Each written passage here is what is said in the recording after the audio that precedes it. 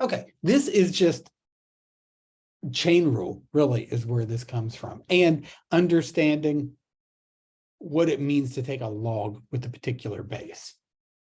So the derivative of log base b, when we don't have natural log of x, is still 1 over x, but we pick up an extra natural log of b in the denominator. And the derivative of b to the x, when we don't have e to the x, if we had 5 to the x instead of e to the x, then it's just like e to the x, the derivative of b to the x is b to the x, but we pick up an extra log of b. Okay, here, I'll go ahead and prove this one. So y equals b to the x could be rewritten as log b e to the b, e to the natural log of b, all to the x. Now, why is that true? Because e raised to the ln of b is just b. E and natural log are inverse functions of each other. And then rules of exponents say, when you have a power raised to a power, you just multiply. So b to the x, this is just algebra, there's no calculus yet. B to the x could be rewritten as e to the x times the natural log of b. Then when I take his derivative, the derivative of b to the x, derivative of e to the anything is e to that same thing, times the derivative of the top. ln of b is just a number. This is like having 5x. The derivative of 5x would just be 5. The derivative of ln of b times x is just ln of b. And this thing right there, remember, that was just a fancy way of writing b to the x. So if I have some base that's not e, and I take the derivative, it's just like with e to the x, but I pick up an extra ln of b.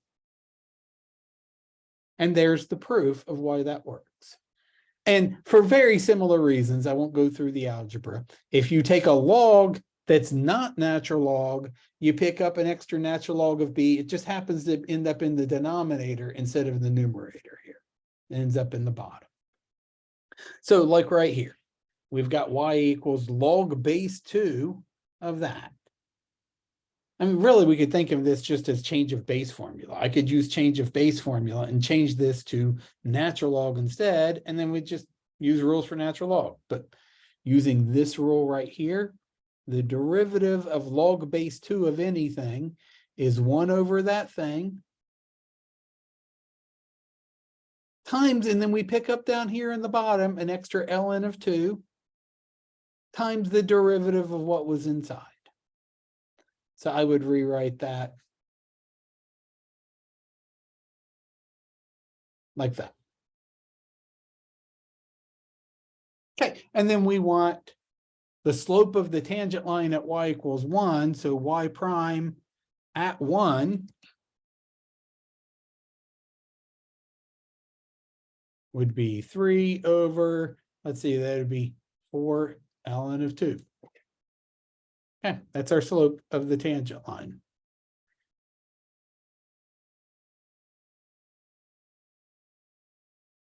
Okay, let's look at this nasty guy. I've got a quotient, so I'm going to have to use quotient rule.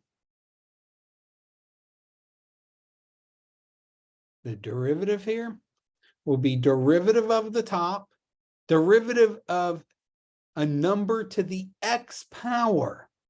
So let me pause a minute and talk about power rule. It's very common for people to want to write this. Let's say we had, let's just look at that top. Then they want to think power rule. They want to think f prime would be, oh, bring that guy down and then drop him down by 1. They want to write stuff like this. Power rule. Bring the exponent down and drop it down by 1. That does not work when you have a variable in your exponent. That's only when the exponent is a constant, a number. Power rule only works when this exponent is just a number. I've got my x up there. This is an exponential function. Power rule does not work here. Now, the derivative of 3 to the x is 3 to the x times natural log of 3. So we're using quotient rule here. That's the derivative of the top times leave the bottom alone. Minus derivative of the bottom. Again, the derivative of 3 to the x is 3 to the x times natural log of 3. Why? Because I told you so. And like I just proved it a minute ago. Derivative of plus 2, that's just 0. I mean, I could put a plus 0 here, but what's the point? Times the bottom, or times the top. So derivative of the top, leave the bottom alone, minus derivative of the bottom, leave the top alone, all over the bottom squared. That's a plus right there.